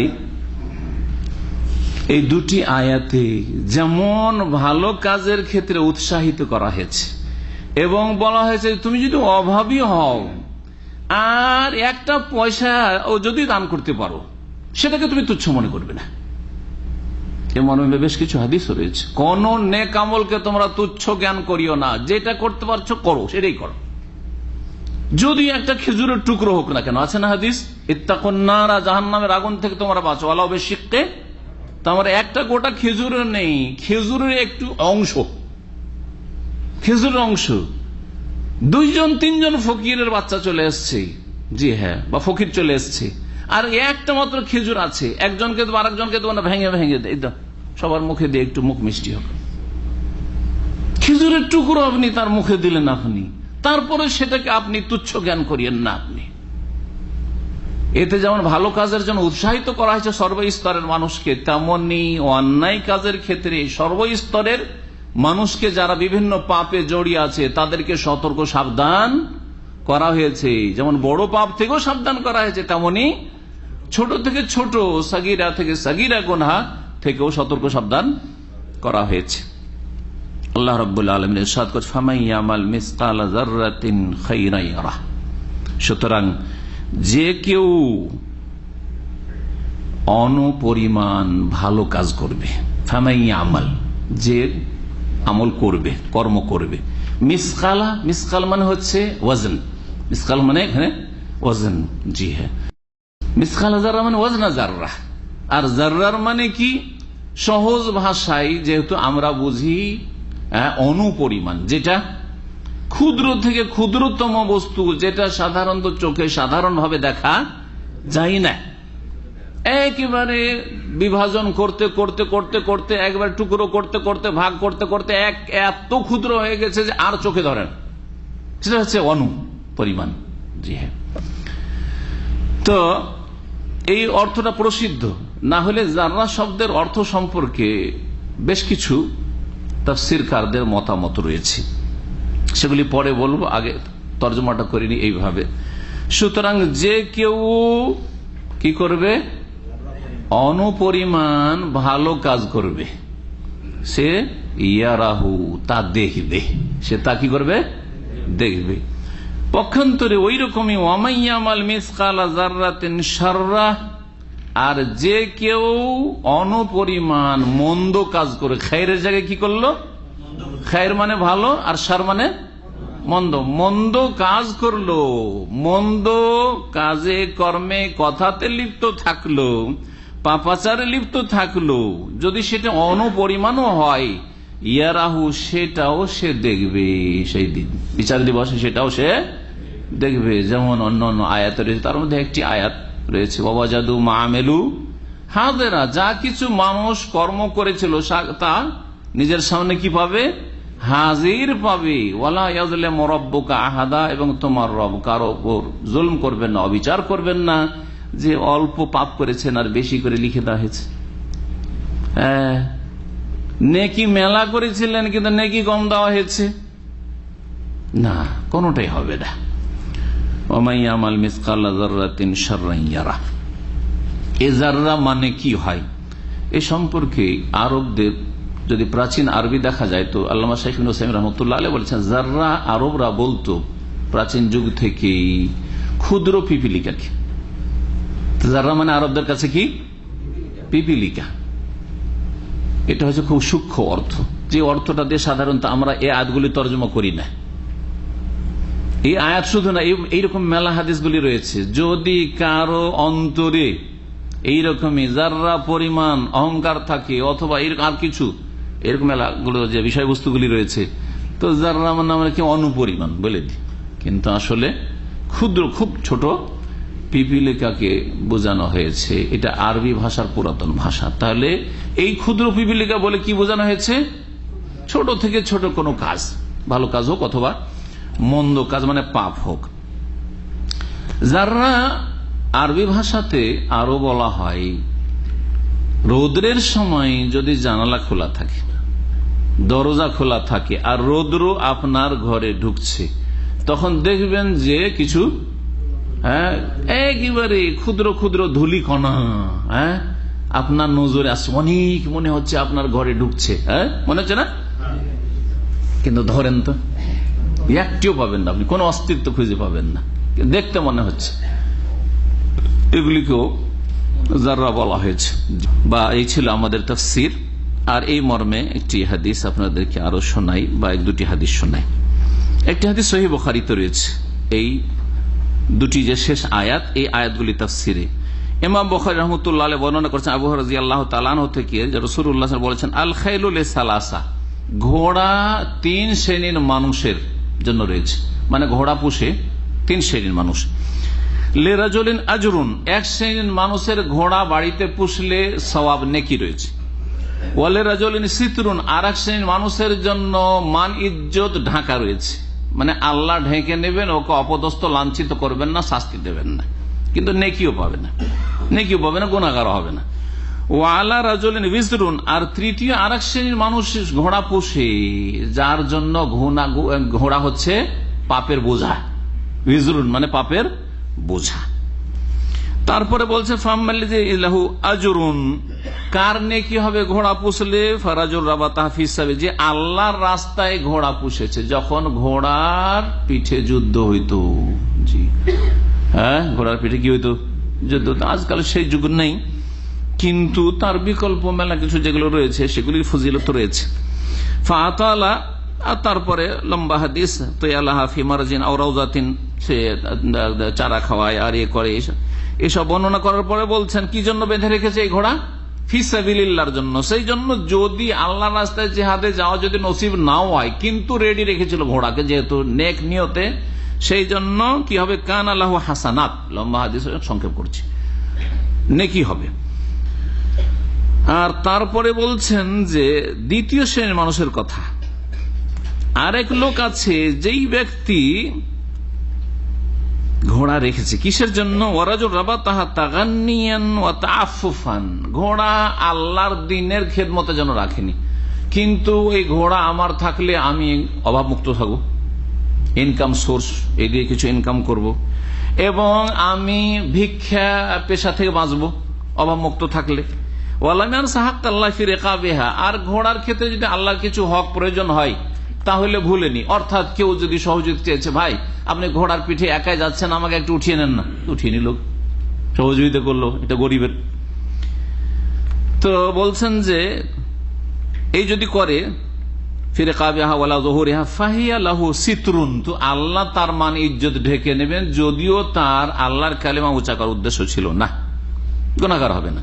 ওয়ারাজুলুন রাবাতাহা ফাখরান ওয়া রিয়াআন ওয়া নিওয়াআন, আর এক লোক আছে যে ঘোড়া পুষে, আর আজকাল অধিকাংশ ঘোড়া যারা পুষে তারা এই উদ্দেশ্যেই, আজকালকার যুগে বিশেষ করে অধিকাংশই, কিসের জন্য?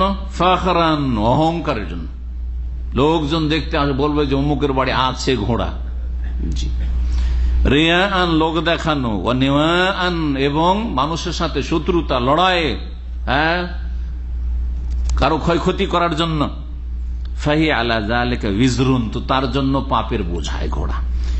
তারপরে তখন রাসূলুল্লাহ সাল্লাল্লাহু আলাইহি ওয়াসাল্লামকে সাহাবীরা জিজ্ঞেস করলেন যে ঘোড়ার তো বললেন গুনাগুণ, হ্যাঁ, 3 রকম, কারো লাভ, কারো কিছু লাভ লস, কিছু নেই, কারো লস। কিন্তু গাধা সম্পর্কে বলেন, গাধাতে কোনো ফায়দা আছে কিনা, কোনো সওয়াব আছে কিনা? বললেন মা আনজালাল্লাহু ফিহা শাইআন, গাধার সম্পর্কে কোন বিধান আল্লাহ ওহী নাযিল করেননি, মানে কোরআন হাদিসে কোন এইরকম কোন ফজিলত পাচ্ছি না। ইল্লা হাযিহিল আয়াতুল ফাযা আল জামিয়া, তবে এই ব্যাপক অর্থপূর্ণ গুরুত্বপূর্ণ একটি আয়াত রয়েছে, যে আয়াত হচ্ছে আমাদের আজকের সূরা জিলজালের শেষ 2টি আয়াত। কি বলছেন আল্লাহ? ফামাইয়ামাল মিসকালা যাররাতিন খায়রান ইয়ারা ওয়া মাইয়ামাল মিসকালা যাররাতিন শাররান ইয়ারা। সুতরাং বাড়িতে যদি গাধাও পুষেন, আর গাধা দিয়ে যদি আপনি আল্লাহর দ্বীনের কিছু কাজ কাম করেন, হ্যাঁ, গাধার পিঠের যুগ, আজকাল সাইকেল মোটরসাইকেল কিচ্ছু নেই, গাড়ি তো নেই, কিচ্ছু নেই, গাধার পিঠে আপনি দিন শিখতে আসলেন, ফজিলত পাবেন না? হ্যাঁ, গাধার পিঠে আপনি মাল সামান বহন করছেন, ইনকাম করছেন, তা দিয়ে আপনি হালাল রুজি কামাই করছেন, তো আপনার তাহলে দুনিয়া তো হইল, তো বোঝা হবে না, গুনার বোঝা হবে না। কিন্তু গাধা পুষে যদি কি করা হয়, অহংকার আমার আছে, কারণ নাই, কিছু নেই, তাহলে সেটা পাপের বোঝা হবে, এই বললেন। এই হাদিসটি সহিহ মুসলিমেও রয়েছে। নবী করিম সাল্লাল্লাহু আলাইহি সাল্লাম এই আয়াতগুলির তাফসীর আরো বলেছেন, হাদিসগুলি শুনেন, সহিহ বুখারীতে রয়েছে। লা তাহকিরান্না মিনাল মারুফি শাইআন, বলছেন যে তোমরা কোন নেকির কাজকে তুচ্ছ মনে করিও না। যেমন একটু আগে বলছিলাম, কোন নেকির কাজকে তুচ্ছ মনে করিও না। অনেকে আছে মনে করছে যে 1 টাকা তোমার কি হয়, 1 টাকা দান করবো, সবাই 50-100 রিয়াল দান করছে, আমি 1 টাকা দিয়ে লাভ, ঠিক না? এমন জায়গা আছে যেখানে মসজিদ হচ্ছে আপনার বা দিনের কাজ হচ্ছে, সেখানে আপনি 1 টাকা দিয়ে কি বা লাভ? 1 টাকাই দেন। দেখেন, ডেইলি যদি 1 টাকা করে দেন তো আপনার কোনো কষ্ট লাগবে না, ঠিক না? কিন্তু মাসের শেষে যদি একসাথে 30 টাকা বের করেন, একটু চিন্তা করতে হবে। 30 টাকা মাসে, আর শয়তান তো লেগে আছে পিছে। 30 টাকা যদি মাসে হয় তো 3 বার 36, বছরে কত টাকা? 360 টাকা। একসাথে গোটা বছরের যদি দিতে হয় 360 টাকা, 360 টাকা। এই জন্য আজকাল অনেক আলহামদুলিল্লাহ এই সিস্টেমটা সৌদি আরবে চালু আছে, যেটা হচ্ছে আপনার ব্যাংক থেকে মাসের মাস আপনি যত টাকা দিতে পারেন কেটে নেবে।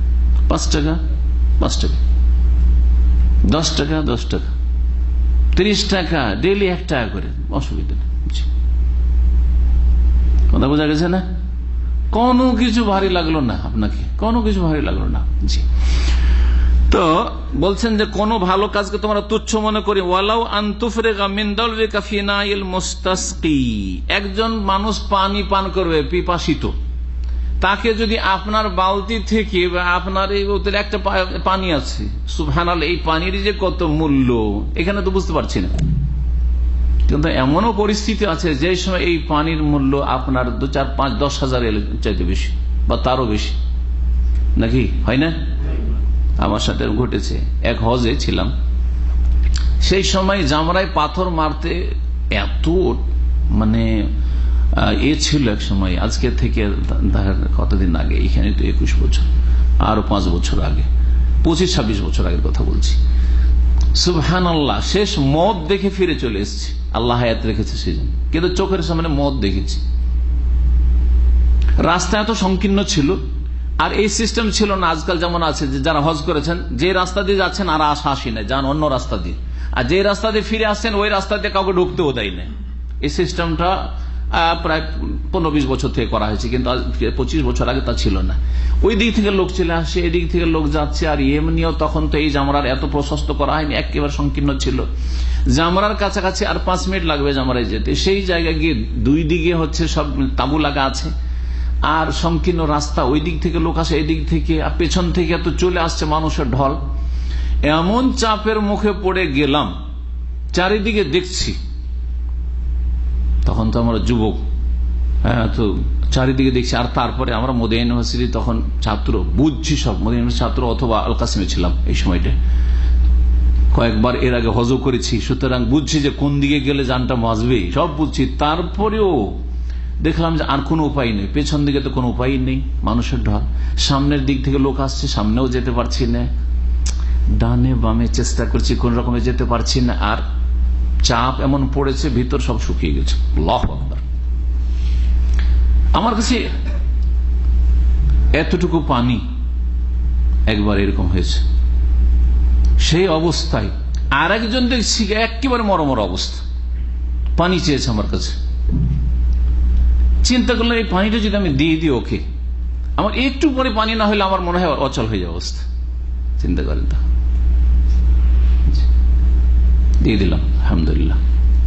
আর আরেকবারও ঘটনা হয়েছে এইরকম পরিস্থিতিতে, যেবার আমার এমন পানির প্রয়োজন হচ্ছে যে কোথাও যদি একটু পানি পেতাম, একেবারে লাফ দিয়ে কোন রকম করে এইরকম ভিড়ে গিয়ে ঢুকে পড়লাম একটা খিমার ভিতরে। ঢুকে গিয়ে প্রথম গিয়ে বলছি, কথা বেরোচ্ছেন না, যে ভাই একটু পানি দেন আমাকে, একটু পানি দেন আমাকে। সুবহানাল্লাহ। তো সামান্য একটু পানি, হয়তো আপনি মনে করছেন আপনার জন্য এই পানি, আর আমার দরকার আছে, পানি না দিলে কেমন, কিন্তু যে ব্যক্তি হয়তো চাইছে বা যার প্রয়োজন এই পানি, আর 5 মিনিট না দিলে হয়তো মারা যাবে। হ্যাঁ, জি হ্যাঁ। তো কোনো ভালো কাজকে কি করিয়েন না, তুচ্ছ মনে করবেন না, যদিও পিপাসিত ব্যক্তিকে আপনি আপনার বালতি থেকে একটু পানি পান করান, ঢেলে দেন। ওয়ালাউ আনতালকা আখাকা ওয়া ওয়াজহুকা ইলাইহি মুনবাসিতুন, বা ওয়ালাউ আনতালকা আখাকা বিওয়াজহিন তালিকিন, হাদিসে রয়েছে, যদিও তুমি তোমার কোন ভাইয়ের সাথে, মানে কোন মানুষের সাথে হাসি মুখে দেখা সাক্ষাৎ করো, আসসালামু আলাইকুম ভাই, কেমন আছেন, হয় আপনি প্রাকৃতিক ভাবে হাসি মুখ করতে পারেন, আর অনেকে আছেন না ও ভারী মানুষ, হাসি মুখ হয় না, আর তো কি করবেন?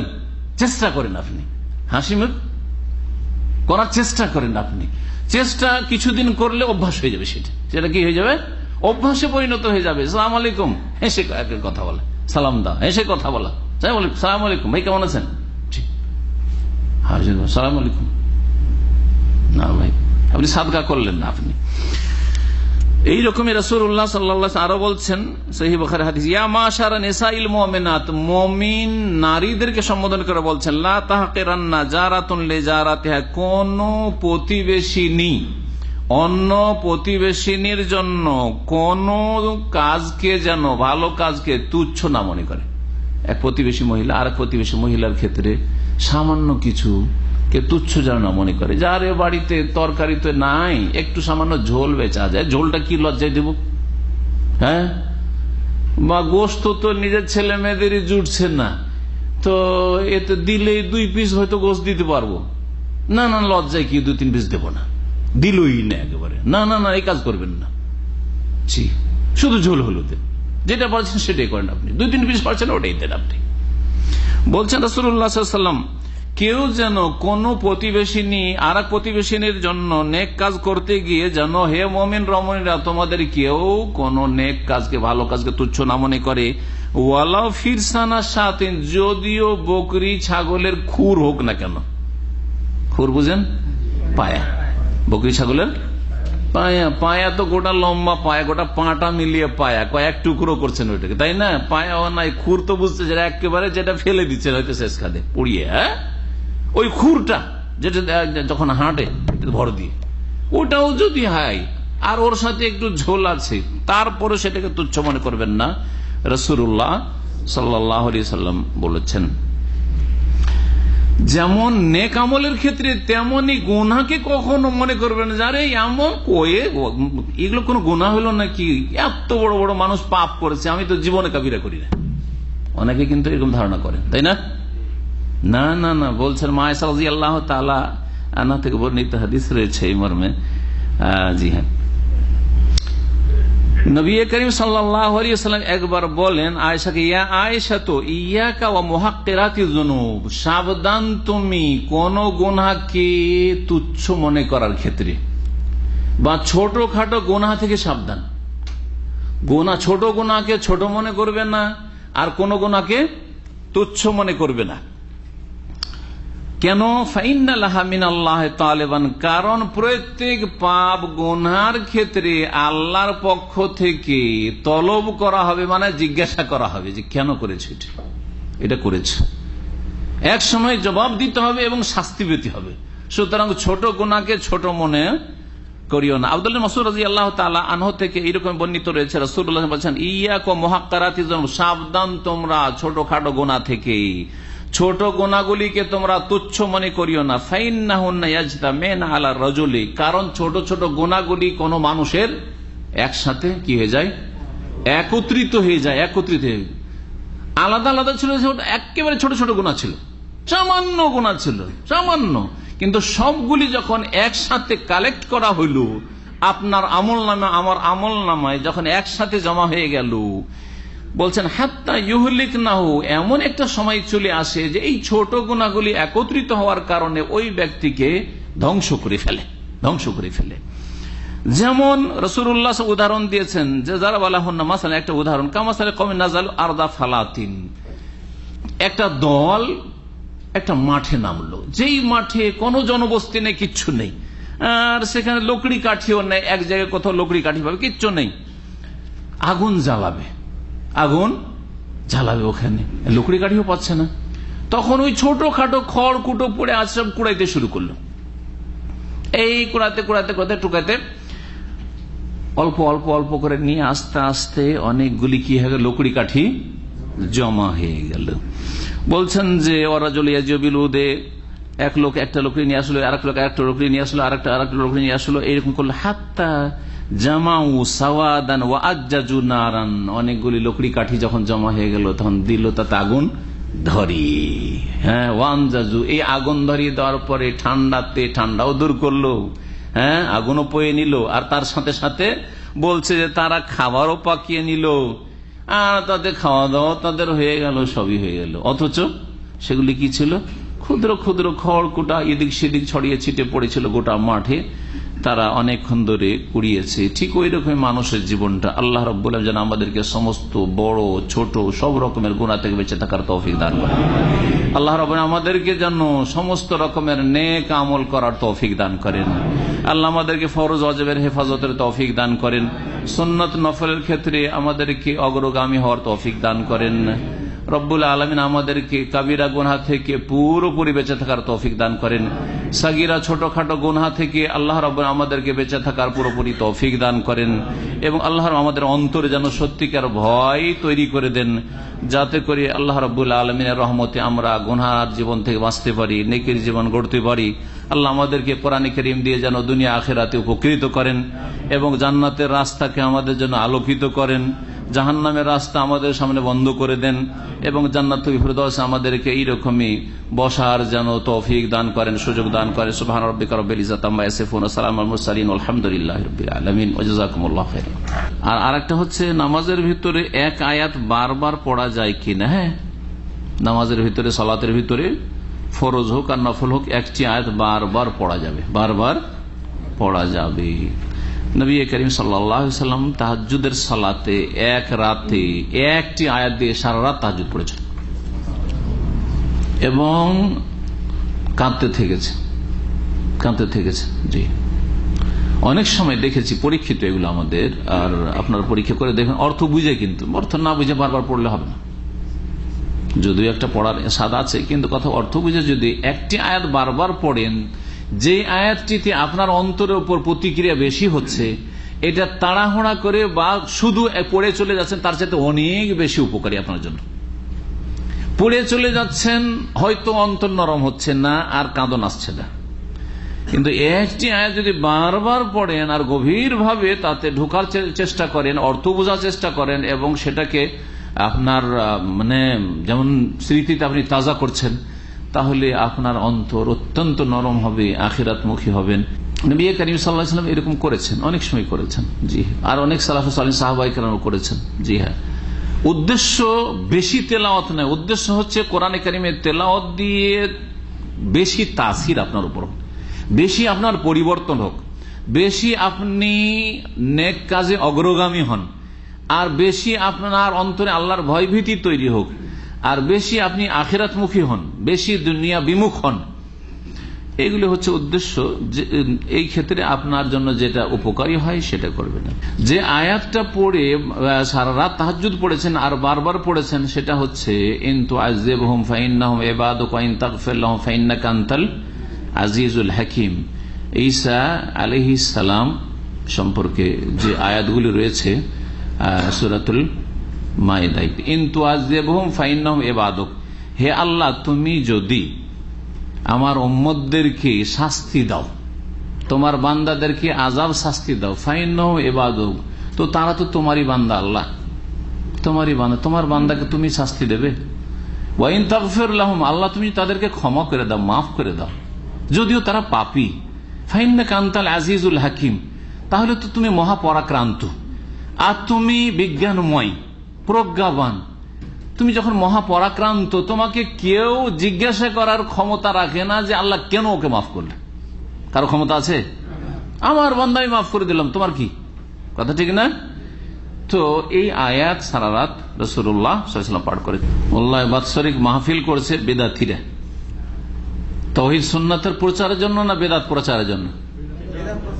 ভাই জিজ্ঞেস করছেন যে আমাদের দেশে যেসব মাহফিলগুলি হয়, যারা বিভিন্ন বেদাতে জড়িয়ে আছে, ভুল ইসলাম শেখাচ্ছে, তাদের সেই মাহফিলে কি আর্থিক সহযোগিতা করতে পারবো? এখন এর উত্তর আপনাদের কাছে নেওয়ার জন্য আমি প্রশ্ন করছি যে তারা যে মাহফিলগুলি করছে, এই দিয়ে নবী করিম সাল্লাল্লাহু আলাইহি ওয়াসাল্লাম যে ইসলাম রেখে গেছেন তাওহীদ সুন্নাতের ইসলাম, সেই সুন্নাত শক্তিশালী হচ্ছে বা সেই ইসলাম শক্তিশালী হচ্ছে না সেই ইসলামকে দুর্বল করা হচ্ছে? তাহলে ইসলাম দুর্বল করার জন্য, ধ্বংস করার জন্য আপনি সহযোগিতা করবেন নাকি? জায়েজ হবে না? মোটেই জায়েজ নাই। তবে তারা যদি তাওহীদ সুন্নাতের আলোচনা করে আর বেদাতের প্রচার প্রসার না করে, বরং তারা আজকাল তাওহীদ সুন্নাতের সবচেয়ে বড় বিরোধী, সবচেয়ে বিরোধী। বেদিনদের মাথার ব্যথা এটা নয় যে কে জোরে আমিন বললো, আস্তে আমিন বললো, আর কে সূরা ফাতিহা পড়ছে কে পড়ে না, হ্যাঁ, কে মোনাজাত করলো আর করলো না। বেদিনদের মাথার ব্যথা, ওদের মাথার ব্যথা না, ওদের কাছে আপনারা আমরা সবাই সমান, কথা বোঝা গেছে। কিন্তু এই বদ্দিন যারা, বদ্দিন মানে বেদাতি ধর্ম যারা পালন করছে, এরা উঠে পড়ে লেগেছে। চিন্তা করেন আপনি, হিন্দুরা মসজিদ ভেঙে দিল, তার জন্য কত হইচই আর কত কি মসজিদ শহীদ করেছে হিন্দুরা, নিঃসন্দেহ অপরাধী, এতে কোনো সন্দেহ নেই। কিন্তু এই কাজটি যদি মুসলিমরা করে, মসজিদ ধ্বংস করে আর বলে যে মসজিদ ধ্বংস করে তারা জান্নাতে যাবে, তাহলে তারা কত বড় অপরাধী, এই হিন্দুদের চাইতে বড় অপরাধী কিনা। কারণ হিন্দুরা যারা মসজিদ ভেঙেছে তারা কখনোই কথা বলা সাহস করবে না যে আমরা বাবরি মসজিদ ভেঙে স্বর্গে যাব, কখনো বলবেন এই কথা। তারা তাদের রাজনৈতিক উদ্দেশ্য, অসৎ উদ্দেশ্য, তারা এইভাবে দেশবাসীর আর এক শ্রেণীর হিন্দুদের আবেগ নিয়ে খেলা করতে চায়, তারা ইলেকশনে আসতে চায়, ক্ষমতা আসতে চায়, হ্যাঁ মসজিদ ভেঙে তোমাদের মন্দির তৈরি করে দেব, হ্যাঁ এটা হচ্ছে ইস্যু তাদের, আর কিচ্ছু না। কিন্তু এরা ভারতে কোন ডিস্ট্রিক্টে, হ্যাঁ ভোলায় মসজিদ ভাঙলো, গুড়িয়ে দিল, তারপরে তাতেও শান্ত জ্বালিয়ে দিল, কথা বোঝা গেছে। সেই লোকগুলিকে, সহি আকিদার লোকগুলিকে পেত তো তাদেরকেও জ্বালিয়ে দিত, ওইখানে পালিয়ে গিয়ে বেঁচে গেছে। ভারতের অন্ধ্রপ্রদেশে এই বেদাতি তবলিগিরা, ভালো করে শুনে রাখেন, যে যাদেরকে মনে করছেন যে তবলিগ খুব আল্লাহর রাস্তায় বেরোচ্ছে, এরা মসজিদকে ভেঙে চূর্ণ বিচূর্ণ করে দিল, সহি আকিদার মসজিদকে দক্ষিণ ভারতে। এটা এই বাংলাদেশের ঘটনার পরে ঘটেছে, এই 2-3 মাসের মধ্যে এগুলো ঘটনা ঘটেছে। তাহলে চিন্তা করেন যে এদেরকে মাহফিল করার জন্য সহযোগিতা করবেন, এরা হচ্ছে যাদেরকে মনে করছেন যে হক্কানি, অনেকে মনে করছে, বা এরা কিছু ভালো কাজও করছে। তাহলে বাকিগুলি যারা আছে, যারা মাজারপন্থী, আটরশি, দেওয়ানবাগি আর বেরেলভি, তারা কত ইসলামকে ধ্বংস করছে এই শিরক আর কুফরি দিয়ে। চিন্তা করেন, যাদেরকে মনে করছেন যে অনেকটা এরা মানুষকে জিকির শিখাচ্ছে, দাড়ি বাড়াচ্ছে, মানুষকে নামাজ ধরাচ্ছে, আর নামাজ পড়াচ্ছে, বদ নামাজ বানাচ্ছে, সহি নামাজ পড়ায়নি, তো নামাজ তো কবুল হবে না। আপনি ধোকা খেয়ে যাচ্ছেন যে মানুষের দাড়ি রেখে যদি শিরক করে, দাড়ি রেখে যদি মনে করে যে নবীর রওজা শরীফে গেলে খেতে পাওয়া যায়, নবীকে দরখাস্ত করলে রুটি নিয়ে চলে আসেন, এগুলো কিতাব কথা নাই তবলিগ জামাতের কিতাবে, তাহলে এই শিক্ষা দিয়ে তো জাহান্নামে নিয়ে যাবেন আপনি ধর্মকর্ম করিয়ে, ভ্রান্ত ধর্ম পালন করাচ্ছেন। এদের মাহফিলের জন্য কি করে আপনি সহযোগিতা করবেন, আপনি নিজে বিচার করেন। যদি আপনার বিচারে মনে হয় যে তারা ইসলামের খেদমত করছে, তাওহীদ সুন্নাত বুঝার পরে, কিন্তু আপনি তাওহীদ সুন্নাত ইসলামকে ভালো করে বুঝেন, তারপর যদি মনে করেন যে ইসলামের খেদমত করছে। আর ইসলামের খেদমত এই নয় যে কয়টা লোককে হাফেজ বানিয়ে, এই হাফেজগুলি মসজিদ ভাঙতে যাচ্ছে, এই কওমি মাদ্রাসা ফারিকগুলি মসজিদ ভাঙতে যাচ্ছে, যে ইসলামের কোন খাদেম হলে যে মসজিদ ভাঙছে। সৌদি আরবে অথবা ভারত বাংলাদেশে কোন আহলে হাদিস মসজিদে কেউ যদি সারা জীবন রফায়দান না করে, তাও বলবে না। আমরা জামে সালাফিতে পড়াশোনা করেছি, সেখানে একটা হানাফি ছেলে ছিল আমাদের সাথে কন্টিনিউ 2 বছর আমার সাথে থেকেছে, আমার সাথে, তারপর আমরা পাস করে চলে আসলাম। সে জীবনে রফায়দান করতো না, নাভির নিচে হাত বাঁধতো। একদিন আমরা তাকে কোনো উস্কানিমূলক কথা বলিনি, জীবনে কোনো কথা বলিনি, এই আশায় করেছি যে পড়ুক, পড়ার পরে যদি হকটা বুঝতে পারে হেদায়েত হবে। সৌদি আরবে দেখেন, আপনি রফায়দান করছেন না, হাত কোথায় রাখছেন না, কি করছেন না করছেন, কেউ কিছু বলছে? আমিন জোরে বললেন না, কেউ কিছু বলছে? কিন্তু বাংলাদেশে আমিন বললে মসজিদে জায়গা নেই। তাহলে চিন্তা করেন, আর ওদেরকে বলবেন যে মাহফিল করছে তাই সহযোগিতা করব। তাহলে ইসলামের খেদমতে সহযোগিতা করছেন না, ইসলামের ক্ষতি করার জন্য সহযোগিতা করছেন। আমি এটা সংকীর্ণতার কথা বলছি না, উদারতার কথা বলছি। উদারতা আগে নিয়ে আসুক যাদের সংকীর্ণতা আছে। আমাদের মধ্যে আলহামদুলিল্লাহ উদারতা আছে। তারা যদি স্বাধীনভাবে তারা ভুল নামাজও পড়ে, কখন আমরা বাধা দিতে যাব না, আমরা ওয়াজ করব, বুঝাবো যে আপনাদের নামাজটা ভুল হচ্ছে, কিন্তু কখনো বলবো না যে তোমরা ভুল পড়ছো সুতরাং ভুল নামাজ আমাদের মসজিদে পড়তে দেবো না। একটা আহলে হাদিস মসজিদে কেউ যদি ভারত বাংলাদেশ প্রমাণ করতে পারে যে কেউ ভুল নামাজ পড়ছিল, সেই জন্য তাকে বলেছে এই ভুল নামাজ আমাদের মসজিদে পড়তে পারবে না, তাহলে আমি তাদের দলে চলে যাব। কথা বোঝা গেছে? এই উদারতা আমাদের মধ্যে আছে, এই উদারতা সৌদি আরবে আছে। যে কোনো মসজিদে যান, আপনি হানফি হয়ে নামাজ পড়েন, শাফি হয়ে নামাজ পড়েন, হাম্বলি হয়ে নামাজ পড়েন, হাত ছেড়ে নামাজ পড়েন, আপনি মালিকি হয়ে নামাজ পড়েন, হ্যাঁ যা পড়বেন তাই পড়েন। জি, আপনার কবুল হচ্ছে না হচ্ছে আপনার রব বুঝবে আপনার সাথে, কিন্তু আপনাকে মসজিদ থেকে অন্তত বের করে দেবে না, নামাজ পড়তে বাধা দেবে না। এই উদারতা তারা যদি নিয়ে আসতে পারে তাহলেই তখন তাদের অন্তরে হক ঢুকবে, না হলে হক ঢুকবে না। এত সংকীর্ণ যদি অন্তর থাকে সেখানে হক কি করে জায়গা পাবে? এই জন্য জায়গা পায় না এদের। আর এইরকম মাদ্রাসায় ছেলে মেয়েদেরকে পড়ানো জায়েজ নয়, পড়িয়ে ইসলামের শত্রু তৈরি করবেন। এখানে আমাদের ভাইরা আছে, 2 ভাই বোন, এই যে হাত তুলছে, জি, এবার সহি আকীদার মাদ্রাসা অনেক চেষ্টা করে বোন, মেয়ে, তার আর ছেলে ভর্তির ব্যবস্থা করা হয়েছে। তার আগে 2 বোন দাওরা ফারেক হয়েছে, তাদেরকে শোনাচ্ছে 3 বোন একটা কথা শুনতে রাজি না, অথচ কোরআন হাদিস দলিল কিচ্ছু বুঝে না। আর দলিলের কথা বলছে শোনো না, শোনাইতে রাজি করতেই পারেনি, না শুনবই না। আমাদের হুজুররা মুরব্বীরা যা পড়িয়েছে সেটাই ঠিক আছে না? চোখের সামনে, আপনাদের সামনে এখানে আছে, অনেকে আছে এরকম বক্তব্য। এক ভাই ওই ভুল ধর্মের ধার্মিক সবচেয়ে বড় শত্রুতা করছে, আর একটা বেদিন এত শত্রুতা করে না, মানে ওর মাথার ব্যথা না যে কিরকম নামাজ পড়ছে। বেনামাজির অত মাথার ব্যথা না। আমি চাই না যে বেনামাজি থাক মুসলিম, কিন্তু বেনামাজির অত মাথার ব্যথা নয় যত মাথার ব্যথা বেদাতি নামাজির, আমাদের সহি নামাজকে নিয়ে কথা বলছেন। সুতরাং এদের সহযোগিতা মোটেই করা যাবে না। জি ভাই, এটা দিয়ে শেষ করি, আপনারা হয়তো ক্লান্ত। আমরা জানি মানুষের আয়ু ও রিজিক সীমিত আর অসীমিত, কথাটা ভুল, তবে নির্ধারিত। সীমিত বলবো না, কি বলবো? নির্ধারিত। আল্লাহ সুনির্দিষ্ট করে গেছে, নির্ধারিত করে গেছেন। তবে কি ভালো কাজ করলে মানুষের আয়ু ও রিজিক বাড়ে? হ্যাঁ বাড়ে। আর খারাপ কাজ করলে কমে? দয়া করে উত্তর দেবেন। বাড়ে কমে, কারণ হাদিস রয়েছে এই মর্মে, নবী করিম সাল্লাল্লাহু আলাইহি ওয়াসাল্লাম, মান সাররাহু, কেউ যদি চাই যে আই ইউনসা লাহু ফি আসারিহি ওয়া ইউজাদু ফি রিজকিহি ফালিয়াসিল রাহিমাহু। সহিহ বুখারী হাদিস বলছেন যে কেউ যদি চায় যে তার আয়ু বৃদ্ধি করা হোক এবং তার রিজিক বাড়িয়ে দেওয়া হোক, তাহলে সে যেন আত্মীয়দের সাথে সুসম্পর্ক করে, বাপ মার সাথে সম্পর্কটা ঠিক রাখেন, ভাই বোনের সাথে, ছেলে মেয়েদের সাথে, আত্মীয়দের সাথে, চাচা চাচি, খালা মামু ফুফু ইত্যাদি সবার সাথে সম্পর্ক ভালো রাখেন। এগুলোতে রিজিক বাড়ে।